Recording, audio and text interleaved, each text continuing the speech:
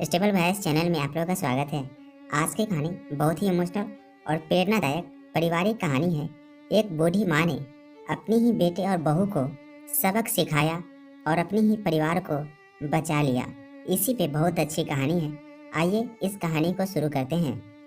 सुमन एक बहुत ही धैर्यशील और शांत स्वभाव की महिला थी। उनके चेहरे पर उम्र की महीन रेखाएं उभरी रहती और आंखों में हल्की सी धुंध और नमी की परछाई झलकती थी। उनका जीवन की सफर आसान नहीं रहा। उनके पति का सहारा बहुत पहले छिन गया था। उस दौर में घर संभालना, अकेले बेटे को पालना और सरकारी नौकरी की छोटी सी तनख्वाह में गुजारा करना कोई आम बात नहीं थी। फिर भी उन्होंने हार नहीं मानी। ईमानदारी और परिश्रम से बेटे को पढ़ाया लिखाया, घर का चूल्हा चलाया और अब वही पेंशन उनके बुढ़ापे के दिनों की सहारा थी। बेटा राज और बहू नीलम बाहर से तो एकदम आदर्श दिखाई देते थे। मोहल्ले वाले कहते सुमन का बेटा बहू उनकी कितनी देखभाल करते हैं, मगर भीतर की सच्चाई बिल्कुल दूसरी थी। राज धीरे धीरे बदल चुका था। पहले तो नौकरी के लिए यहाँ वहाँ भटका, छोटी मोटी नौकरियाँ भी की, पर मेहनत से उसे ना जाने क्यों हमेशा भागती रही। उसका ध्यान सिर्फ आसान रास्तों और बिना परिश्रम के पैसे कमाने पर रहता। दोस्तों के साथ घूमना, महंगे मोबाइल और गैजेट्स खरीदना उसकी आदत बनती जा रही थी। दूसरी ओर बहू नीलम जितनी सभ्य संस्कारी बाहर दिखती, अंदर से उतनी ही चालाक और लालची थी। उसे लगता कि सास की पेंशन उसके ऐशो आराम की चाबी है। महंगी साड़ियाँ, सोने चांदी के गहने, ब्यूटी पार्लर के पैकेज और ब्रांडेड पर्स, बस पेंशन का मतलब वही था। सुमन की दिनचर्या बिल्कुल सामान्य थी। सुबह मंदिर जाना, कुछ देर वहां बैठकर पूजा पाठ करना, फिर मोहल्ले की महिलाओं से थोड़ी बातचीत कर लेना, यही उनका सच्चा सुख था। लेकिन घर लौटते ही एक ही बात उन्हें भीतर तक चुभती, बेटा बहू सही रास्ते पर क्यों नहीं है? क्या मैंने इसी दिन के लिए बहुत दुख सहा? इसी दशक की शुरुआत के वर्षों में एक दिन पेंशन आई। हमेशा की तरह उन्होंने पासबुक राज को दी और प्यार से बोले, राज बेटा, यह पासबुक ले जाओ और बैंक से पैसे निकाल लाओ। इस महीने बच्चों की फीस भरनी है, बिजली का बिल बकाया है और मेरी दवाइयाँ भी ले लेना। आजकल खांसी बहुत सताती है। राज मुस्कुराया और बनावटी आत्मविश्वास से बोला, हाँ माँ, आप बिल्कुल चिंता मत कीजिए, मैं सब कर लूँगा।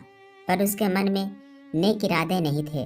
चालाकी से उसने बैंक जाकर माँ के खाते से जुड़ा मोबाइल नंबर बदलवा लिया और बोला, माँ, अब आपको मैसेज पढ़ने में दिक्कत होती है, सब मैं देख लूँगा, आप परेशान ना हो। धीरे धीरे एटीएम, डेबिट कार्ड और इंटरनेट बैंकिंग का पासवर्ड भी उसके हाथ पड़ गया। आरंभ में उसने बच्चों की फीस और घर के छोटे खर्च पूरे किए ताकि माँ को शक ना हो। मगर कुछ महीने बाद उसका असली रंग सामने आने लगा। कभी नया स्मार्टफोन, कभी महंगे जूते, कभी दोस्तों संग रेस्टोरेंट और शराब खाने में पार्टी करता। पेंशन का बड़ा हिस्सा इन्हीं शौकों में उड़ने लगा। नीलम भी पीछे नहीं रही। कभी महंगी साड़ियाँ और पर्स, कभी ब्यूटी पार्लर के पैकेज, ऊपर से बच्चों की छोटी मोटी जरूरी खर्च भी कर देती ताकि दिखावा बना रहे कि सब ठीक चल रहा है। लेकिन असलियत यह थी कि घर के जरूरी काम, बिजली का बिल, रसोई गैस और सबसे अहम सुमन की दवाइयाँ बार बार टलते रहे। कई बार सुमन ने कहा, बेटा सांस फूल रही है, डॉक्टर के पास चलो। राज टाल देता, माँ आज नहीं कल चलेंगे। नीलम उल्टा ताना मार देती, माँ जी इतनी सी बात पर डॉक्टर, जरा गर्म पानी की भाप लीजिए, सब ठीक हो जाएगा। उनकी बातें सुनकर सुमन के दिल में दर्द और गहरा हो जाता। वे सोचती, क्या मैंने इन्हें इसी दिन के लिए पाला पोसा? मेरी मेहनत और त्याग की यही कीमत? एक रात खांसते खांसते उनकी हालत खराब हो गई। वे रोते रोते सोचती रही, क्या इसी दिन के लिए उन्होंने पूरी जिंदगी मेहनत की थी? अपने ही बेटे बहू ने उनकी पेंशन को मौज मस्ती का जरिया बना लिया और उनकी बीमारी बोझ लगने लगी। लेकिन सुमन टूटी नहीं। उन्होंने मन ही मन ठान लिया कि अब बेटा बहू को सबक सिखाना ही होगा।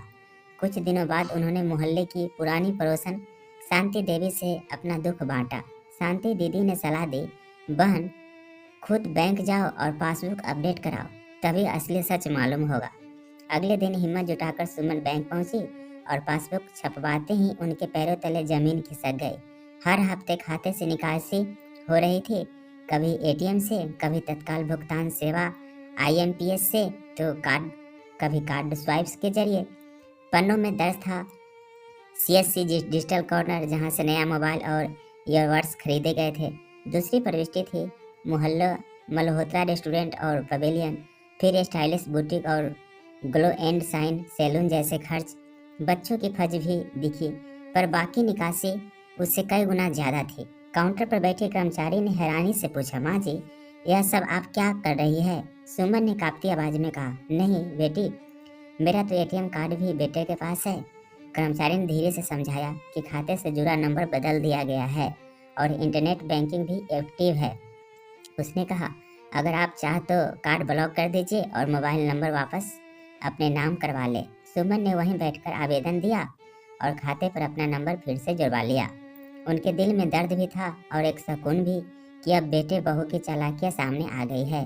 वे सोच रही थी, अब इस धोखे का हिसाब चुकाना है, और वह भी ऐसा कि उम्र भर याद रहेगा। बैंक से लौटते वक्त उनके हाथ पांव हल्के कांप रहे थे। एक तरफ धोखे की चुभन, दूसरी ओर अपने ही बच्चे पर भरोसा टूटने का दर्द। पर बाहर निकलते ही इन्होंने मन ही मन कहा, नहीं, अब आंसू नहीं, अब सबक देना है। घर लौटते ही उन्होंने चेहरे पर समान भाव बनाए रखे ताकि किसी को शक ना हो। नीलम ने ताने भरे लहजे में पूछा, माँ जी, कहाँ चली गई थी सुबह सुबह? आपका तो चलना फिरना भी मुश्किल है। सुमन मुस्कुराई, बस बेटी, मंदिर चली गई थी। भगवान का नाम लेने से मन हल्का हो जाता है। अब उनके भीतर एक नई दृढ़ता जन्म ले चुकी थी। उन्होंने पासबुक अपने छोटे से संदूक में छुपा दी और बहुत से बातों में बचने लगे। वे देखना चाहते थे कि बिना पैसों के बेटा बहू कैसे ऐश करेंगे। उन्होंने तय किया कि आगे से पेंशन वे खुद बैंक जाकर अपनी पासबुक से निकालेंगे। धीरे धीरे हर महीने अपनी पेंशन का कुछ हिस्सा नगद निकालकर अलग से सुरक्षित रखने लगे। उधर राज और नीलम हैरान थे कि इस बार खाते से पैसे क्यों नहीं निकल रहे। एटीएम से कोशिश की तो मशीन ने लिखा कार्ड ब्लॉक है। राज चौंक गया, फिर गुस्से में माँ के पास पहुँचा। माँ, आपने कार्ड बंद क्यों करवा दिया? हमें कितनी मुश्किलें झेलनी पड़ रही है। सुमन ने भोलेपन से कहा, अरे बेटा, पता नहीं कैसे हुआ। बैंक वाले कह रहे थे वरिष्ठ नागरिक खातों से सुरक्षा और बढ़ानी होती है, तो उन्होंने कर दिया होगा। नीलम भी भड़क उठी, माँ जी, आप हमें बताती क्यों नहीं? बच्चों की फीस भरनी है, घर का खर्च चलाना है, सब रुक गया है। सुमन ने साफ कहा, बेटा बेटी, अब मेरी पेंशन से सिर्फ जरूरी काम होंगे। घर के खर्च में मैं मदद करूंगी, लेकिन ऐसे आराम या गैर जरूरी चीज़ों के लिए पैसे नहीं मिलेंगे। मेरी दवा, बिजली, पानी और बच्चों की पढ़ाई, बस यही प्राथमिकता होगी। राज और नीलम अंदर ही अंदर तिलमिला उठे। उनके मजे का सिलसिला टूट गया था। अब दोनों माँ के खिलाफ चालें चलने लगे। राज बार बार उलाहना देता, आपकी वजह से हमें लोगों के आगे झुकना पड़ रहा है। नीलम ताना मारती, माँ जी, आपको तो अपनी दवा की ही पड़ी रहती है, बच्चों का क्या? सुमन शांत रहकर सब सुनती, मगर भीतर से और मजबूत होती गई। उन्होंने तय कर लिया कि अब केवल सबक नहीं, आईना भी दिखाना है। दिन बीतते गए और पैसों की तंगी से राज और नीलम के तेवर ढीले पड़ने लगे। बच्चों की फीस लेट गई हुई तो स्कूल से नोटिस आ गया, मोबाइल की किस्त का संदेश आया तो वसूली करने वाला घर तक पहुंच गया। नीलम की ब्यूटी पार्लर के पैकेज बंद हो गए। घर में तनाव बढ़ गया।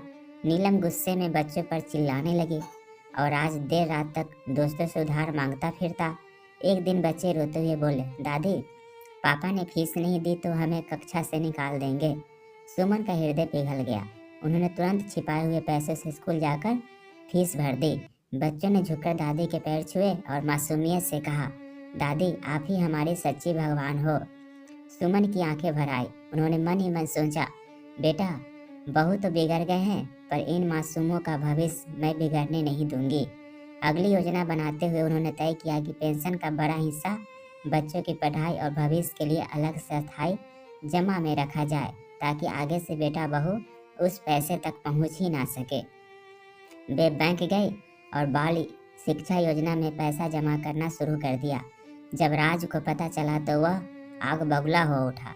माँ, आपने ऐसा कैसे कर दिया? यह पैसे हमारे हक के हैं।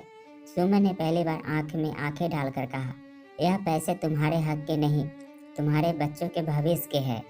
तुम दोनों ने मुझे धोखा दिया, मेरी बीमारी का मजाक बनाया और मेरी मेहनत की पेंशन से ऐश किया। अब यह सिलसिला समाप्त होगा। उनके शब्दों से घर में सन्नाटा छा गया। राज और नीलम बौखला उठे। जब पेंशन पर सीधा कब्जा ना हो सका तो दोनों ने मिलकर तरह तरह के जाल बुनने शुरू किए। एक रात खाना खाते हुए नीलम ने मीठेपन का मुखौटा पहनकर कहा, माँ जी, आप बहुत थक जाती हैं। अब सब काम आपके लिए कठिन है। क्यों ना आप अपनी पेंशन हमारे नाम कर दे, हम सब संभाल लेंगे। सुमन ने हल्के मुस्कान के साथ कहा, बेटी, जब तक मैं जिंदा हूँ अपनी मेहनत की पेंशन खुद संभालूंगी, तुम्हें चिंता करने की जरूरत नहीं। नीलम के चेहरे पर मायूसी छा गए, पर भीतर उसने और बड़ी चाल की योजना बना ली। कुछ ही दिनों में राज ने माँ पर दबाव बढ़ाया। उसने बच्चों के सामने कहा, देखो, तुम्हारी दादी की वजह से तुम्हें अच्छे कपड़े और खिलौने नहीं मिल पाते। पेंशन उनके पास है पर वे खर्च नहीं करती। बच्चों के दिल में दादी के प्रति शक का बीज बोने की कोशिश हुई, मगर रात को जब बच्चे दादी के कमरे में पहुंचे तो देखा बेग खांसते खांसते दवा ले रही है और तकिए के पास रखे छोटे डिब्बे से रुपए निकालकर चुपके से उनकी कॉपियाँ खरीदने भेज रही है। उसी क्षण बच्चे ने समझ लिया कि असली फरिश्ता कौन है। नीलम ने अगली चाल चली। मोहल्ले की महिलाओं में अफवाह फैला दी कि माँ ने अपनी पेंशन छिपा कर रखती है, किसी को कुछ देती ही नहीं। हम मांगते हैं तो उल्टा हमें चोर कहती है। धीरे धीरे यह बात आसपास में पहुंची और कुछ लोगों ने सुमन को ताना भी मारा। बहन, इतनी कंजूसी ठीक नहीं, बहू बच्चों को भी कुछ देना चाहिए। सुमन भीतर से आहत हुई पर बाहर से चुप रही। राज और नीलम ने एक दिन तो हद कर दी। दोनों बैंक पहुंचे और झूठा दावा करने लगे कि माँ बूढ़ी हो गई है, पैसे संभाल नहीं पाती, इसीलिए खाता हमारे नाम कर दिया जाए। पर वहाँ पहले से सुमन की शिकायत दर्ज थी और कर्मचारियों की हकीकत पता थी। बैंक प्रबंधक ने सख्ती से डांटा, ऐसा दोबारा करने की कोशिश मत करना, वरना कानूनी कार्रवाई होगी। दोनों को मुंह की खानी पड़ी। अब वे सोचने लगे, अगर सीधे पैसे ना मिले तो माँ को मानसिक रूप से इतना परेशान करो कि वे खुद हार मान ले। कभी खाने में नमक ज़्यादा डालकर नीलम ताना मारती, माँ जी, आपके हाथ अब कांपने लगे हैं, आप किस काम की है। कभी राज कहता, माँ, हमें लगता है आप हम पर भरोसा ही नहीं करती, इस घर में रहकर भी हमें पराया कर दिया। सुमन चुपचाप सब सुनती रही। चेहरे पर दर्द था मगर भीतर की आग और तेज हो चुकी थी। उन्होंने ठान लिया कि इस बार सबक ऐसा होगा कि उम्र भर याद रहे। बेटे बहू की चालाकियाँ, ताने और झूठे इल्जाम उन्हें भीतर सिखाए जा रहे थे, पर उन्होंने तय किया अब केवल सहना नहीं, ऐसा कदम उठाना है जिससे पूरे मोहल्ले के सामने सच उजागर हो जाए। एक सुबह उन्होंने पड़ोस की सालो काकी को बुलाया। बहन, अब समय आ गया है कि मैं इन बच्चों को सबक सिखाऊं, क्या तुम मेरी मदद करोगी? सालो काकी ने दृढ़ आवाज में कहा, जरूर, अब और चुप रहना गलत होगा। सुमन ने योजना बनाई, बैंक जाकर पेंशन का एक बड़ा हिस्सा निकालकर बच्चों की पढ़ाई और अपने इलाज के लिए अलग अलग अस्थायी जमा करा दिया। कुछ रकम नकद रखी। फिर मोहल्ले की महिलाओं और कुछ रिश्तेदारों को बुलाकर घर पर छोटी सी बैठक रखी और कहा, मैंने सोचा है सबके सामने घर का हिसाब साफ कर दूं। उस शाम जब सभी आकर बैठे तो सुमन ने पासबुक और बैंक की प्रविष्टियां सबके सामने रखी और बोली, देखिए, मेरी मेहनत की पेंशन किन किन जगहों पर खर्च हुई। बच्चों की फीस थोड़ी बहुत भरी गई, मगर बाकी पैसे मोबाइल, महंगे और कपड़े, होटल और सैलून में उड़े। जबकि मैं बरसों से अस्थमा के साथ जूझ रही हूँ और दवा तक ठीक से नहीं मिलती। यह सब मेरे अपने बेटे और बहू ने किया। कमरे में सन्नाटा छा गया। लोग हैरान रह गए। कोई बोला, यह तो हद है, माँ की पेंशन से ऐश करना और माँ का इलाज तक ना करवाना। सुमन ने आगे कहा, मुझे अब पैसों की उतनी फिक्र नहीं, मुझे अपने बच्चों की सोच की चिंता है। अगर मैं आज चुप रही तो यह और बिगड़ेंगे और शायद कल अपने बच्चों के साथ भी ऐसा ही करेंगे। राज और नीलम तिलमिला गए। राज गुस्से में बोला, माँ, आपने हमें पूरे मोहल्ले में बदनाम कर दिया। सुमन ने दृढ़ स्वर में जवाब दिया, बेटा, बदनामी मैंने नहीं की, तुम्हारे कर्मों ने की है। अब से मेरी पेंशन का एक एक रुपया बच्चों और मेरे इलाज पर खर्च होगा। तुम्हारी मौज मस्ती पर एक पैसा नहीं मिलेगा। पड़ोस की महिलाओं ने सुमन का साथ दिया। बहन, आपने बिल्कुल सही किया। ऐसे बेटे बहू को सबक सिखाना जरूरी है। राज और नीलम को पहली बार एहसास हुआ कि खेल सचमुच खत्म हो रहा है। मोहल्ले और रिश्तेदारों के सामने अपमान झेलने के बाद भी उनका दिल नहीं बदला, बल्कि दोनों भीतर ही भीतर और विषैले हो गए। राज को लगता था माँ ने उसकी इज्जत मिट्टी में मिला दी। नीलम सह नहीं पा रही थी कि पड़ोस की महिलाएं अब उसे ताने मारती। माँ जी ने तो तुम्हें हाथों हाथ पकड़ लिया। दोनों ने ठान लिया किसी भी तरह माँ को मानसिक रूप से तोड़कर पेंशन अपने हाथ में लेनी है। एक दिन राज ने झूठा नाटक रचा। माँ के सामने रोने लगा। माँ, हमें कर्ज चुकाना है, वरना घर गिरवी रखना पड़ेगा। अगर आप पैसे नहीं देगी तो हम सड़क पर आ जाएंगे। सुमन सब समझ रही थी। उन्होंने शांत स्वर में कहा, बेटा, अगर सचमुच कर्ज है तो कागज दिखाओ। मैं अपनी पेंशन से थोड़ा थोड़ा चुकाऊंगी, मगर सीधे तुम्हें एक ना दूंगी। राज झल्ला उठा। तभी नीलम बोली, माँ जी, आपको हमारे दुख की परवाह नहीं। आप सिर्फ अपनी दवा और बच्चों की फीस का रोना रोती रहती है। सुमन ने गहरी सांस ली। बेटी, बच्चों की पढ़ाई और मेरा इलाज ही असली जरूरत है। तुम्हारा दिखावा और ऐशो आराम कभी जरूरत नहीं बन सकता। जब यह चाल ना चली तो उन्होंने और घटिया तरीका अपनाया। राज ने बच्चों से कहना शुरू किया, तुम्हारी दादी तुम्हारे लिए कुछ करना ही नहीं चाहती, इसीलिए हमें परेशानी हो रही है। बच्चों ने मासूमियत से कह दिया, नहीं पापा, दादी ने ही तो हमारी फीस भरी थी, आपने तो नहीं दी। यह सुनकर राज का चेहरा उतर गया। नीलम ने बच्चों पर ही गुस्सा निकाल दिया। इसके बाद नीलम ने एक और कुटिल चाल चली। मोहल्ले की महिलाओं के सामने ऊंची आवाज में बोली, माँ जी, हमें पैसे नहीं देती, उल्टा बदनाम करती है। अब तो उधार लेकर घर चलाना पड़ रहा है। सब ने जवाब दिया, बहन, हमें सच पता है। अपनी सास का पैसा उड़ाना बंद करो, वरना कल को बच्चे भी तुमसे मुंह मोड़ लेंगे। नीलम की बोलती बंद हो गई। सुमन यह सब चुपचाप देख रही थी। उन्होंने सोच लिया, यह दोनों सुधरने वाली नहीं। अगर इन्हें असली दर्द ना दिखाया जाए तो यह सीखेंगे ही नहीं। उस रात उन्होंने भगवान से प्रार्थना की, अब आखिरी बार करना है, ऐसा बार जो बेटे बहू की जिंदगी भर याद रहे। कई रातें उन्होंने खांसते खांसते जाग कर काटी, पर उन जागी हुई रातों में उन्होंने अपने बेटे बहू को सुधारने की ठान ली। अब बहुत हो गया, मेरी मजबूरी का फायदा नहीं उठेगा। जो सबक दूंगी वह इनकी जिंदगी बदल देगा।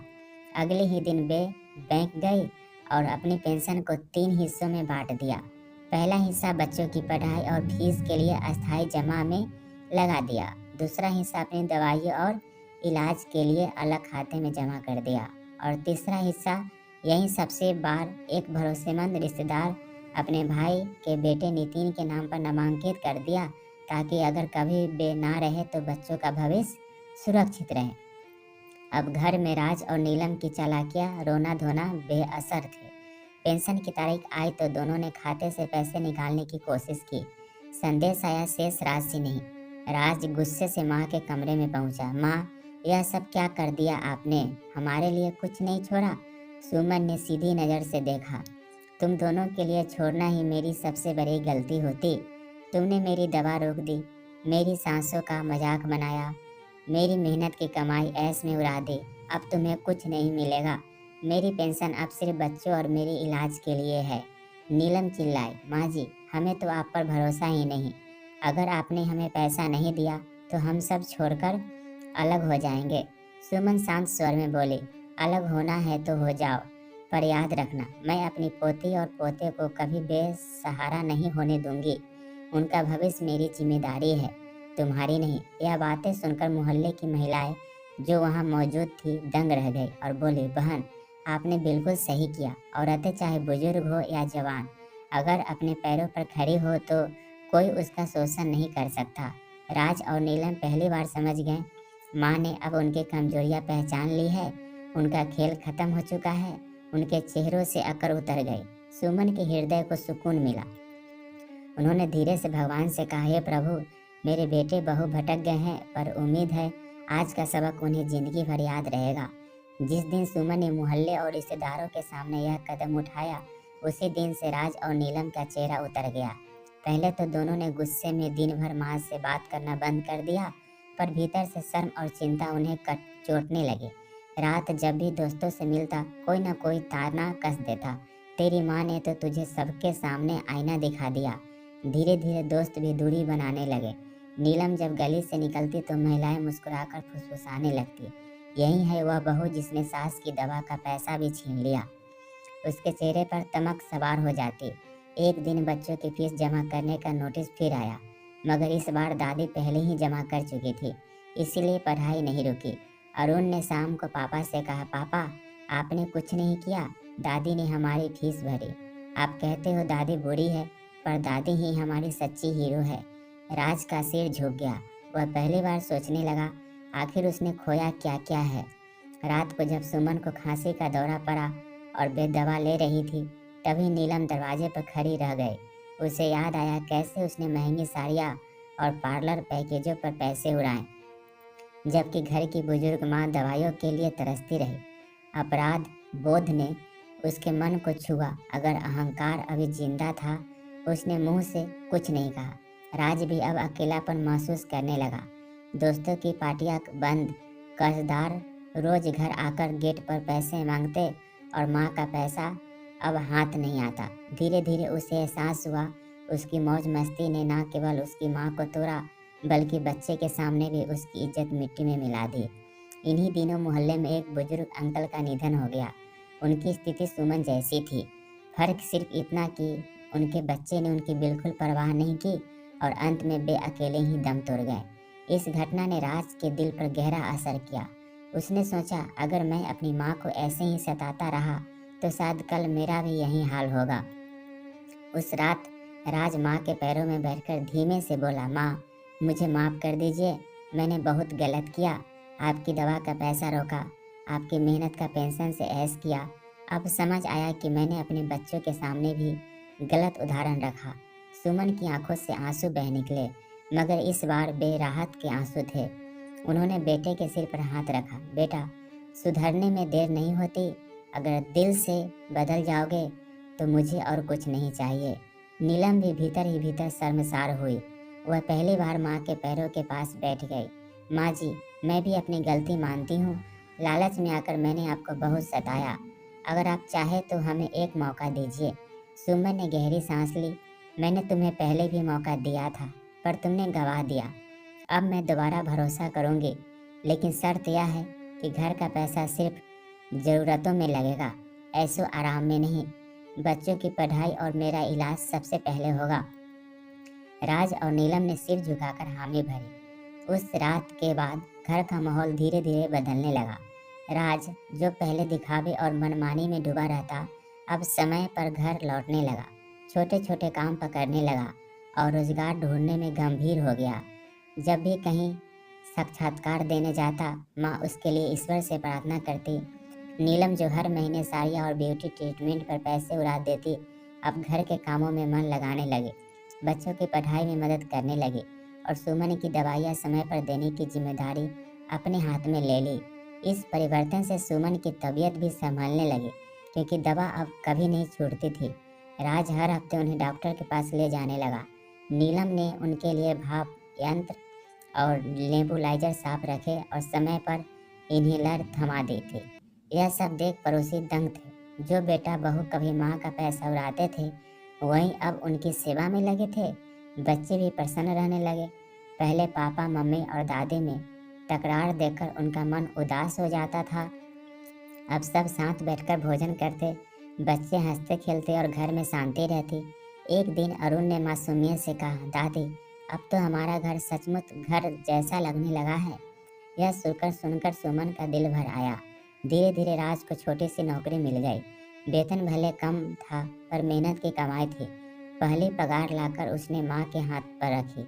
माँ, यह आपकी दवा और बच्चों की कॉपी किताबों के लिए है। सुमन ने सिर पर हाथ फेरते हुए कहा, जब कमाई ईमान की हो तो चाहे छोटी ही क्यों न हो, बरकत जरूर आती है। नीलम ने भी मोहल्ले की महिलाओं के बीच स्वीकार किया कि लालच में आकर उसने गलतियाँ की। अब वह सचमुच बदलना चाहती है। सबने कहा, देर आए दुरुस्त आए। घर की दशा संभलने लगी। बिजली का बिल समय पर भरने लगा। बच्चों की पढ़ाई ठीक से चलने लगी और सबसे बड़ी बात, सुमन की आंखों में फिर से चमक लौट आई। उन्हें लगा उनकी जीवन भर की मेहनत व्यर्थ नहीं गई। रात को पूजा में उन्होंने कहा, हे प्रभु, आपने मुझे हिम्मत दी कि मैं बेटे बहू को सबक सिखा सके। अगर उस समय मैं चुप रहती तो शायद यह कभी ना सुधरते। उनके दृढ़ संकल्प की चर्चा पूरे मोहल्ले में होने लगी। देखो, बुजुर्ग माँ ने समझदारी और साहस से घर संभाल लिया। कई महिलाएं अपनी पीड़ा लेकर उनके पास आने लगी तो वे मुस्कुरा कर कहती, डर कर चुप मत रहो। जिस दिन अपने हक और गरिमा की रक्षा करना सीख जाओगी, उसी दिन घर बदल जाएगा। रिश्तेदारों के बीच भी राज और नीलम की नई छवि बदलने लगे। वो लोग ताने कसते थे, अब कहने लगे, समय रहते सुधर गए। माँ बाप की दुआ सबसे बड़ी पूंजी है। बच्चों को भी समझ आ गया कि दादी ही असली आदर्श है। अरुण अपने निबंध में लिखता, मेरी दादी मेरी सबसे बड़ी नायिका है। उन्होंने सिखाया कि पैसा मौज मस्ती में नहीं, जरूरत और परिवार की भलाई में लगता है। अरुण गर्व से कहते, दादी की वजह से ही घर में सब ठीक है। समय के साथ तंगी घटती गई, राज का पद उन्नत हुआ। नीलम ने घर से सिलाई का छोटा काम शुरू कर दिया और अतिरिक्त आमदनी आने लगी। अब बिल, फीस, दवाइयाँ कभी लंबित नहीं होती। एक दिन पूरे मोहल्ले ने सुमन का सम्मान किया। उम्र कैसी भी हो, हिम्मत और समझदारी से हालात बदल जा सकते हैं। आपने साबित कर दिया कि बुजुर्ग बोझ नहीं, घर की नींव होते हैं। उनकी आंखों में आंसू, खुशी के आंसू आ गए। उन्होंने कहा, मुझे अब और कुछ नहीं चाहिए। बच्चे सुधर गए, पोते पोतियाँ खुश है, यही मेरी सबसे बड़ी जीत है। याद रखो, पैसा आता जाता रहता है, पर रिश्तों का भरोसा टूट जाए तो उसे तोड़ने में पूरी जिंदगी लग जाती है। मेरी सबसे बड़ी सीख यही है, पैसा नहीं, भरोसा और प्यार ही असली धन है। तालियां गूंज उठी। राज और नीलम उनके चरणों में झुककर रोते हुए बोले, माँ, अगर आपने हमें सबक ना सिखाया होता तो हम कभी ना सुधरते। आज समझ आया, असली सुख आपके आशीर्वाद में है, ऐसो आराम की चीज़ों में नहीं। सुमन ने दोनों को गले लगाया, ईश्वर का धन्यवाद किया और कहा, मेरी पेंशन कभी तुम्हारे ऐश के लिए नहीं थी, वह मेरी बीमारी और तुम्हारे बच्चों के भविष्य की गारंटी थी। जब तुमने उसे उड़ाया तब डर था कि तुम जीवन की सच्चाई नहीं समझोगे, पर अब संतोष है, तुम दोनों सही राह पर हो। उसी दिन बच्चों ने दादी के लिए छोटी सी पूजा रखी। अरुण ने सबके सामने कहा, माँ बाप का सम्मान ही सबसे बड़ा धर्म है। मोहल्ले के लोग आशीर्वाद देने आए। रात को अपने कमरे में बैठी सुमन के दिल से बस एक बात निकली, हे भगवान, अब मुझे चैन है। मेरी मेहनत, मेरी आंसू और मेरी चुप्पी रंग लाई। बेटा बहू समझ गए हैं कि माँ बाप की कमाई बच्चों के ऐश के लिए नहीं, घर की असली ज़रूरतों और भविष्य के लिए होती है। यही मेरी सबसे बड़ा सबक और जीत है। घर में अब सुकून था, रिश्तों में प्रेम था और हर किसी के दिल में यह सच्चाई बैठ चुकी थी कि पैसा कभी रिश्तों से बड़ा नहीं होता। यह कहानी हमें यह सिखाती है कि माँ बाप की मेहनत की पेंशन या कमाई बच्चों की मौज मस्ती के लिए नहीं, बल्कि उनकी सेवा और सुरक्षा के लिए होती है। अगर बेटा बहू इसे समझ ले तो घर में कभी कलह नहीं होगी, और अगर ना समझे तो समय उन्हें वैसा ही सबक सिखा देता है जैसा सुमन ने अपने बेटे बहू को सिखाया। कैसा लगा यह कहानी, कमेंट करके ज़रूर बताएं। और आप इस चैनल पर नए हैं तो कृपया इसे लाइक, शेयर और सब्सक्राइब करना ना भूलें। Thank you.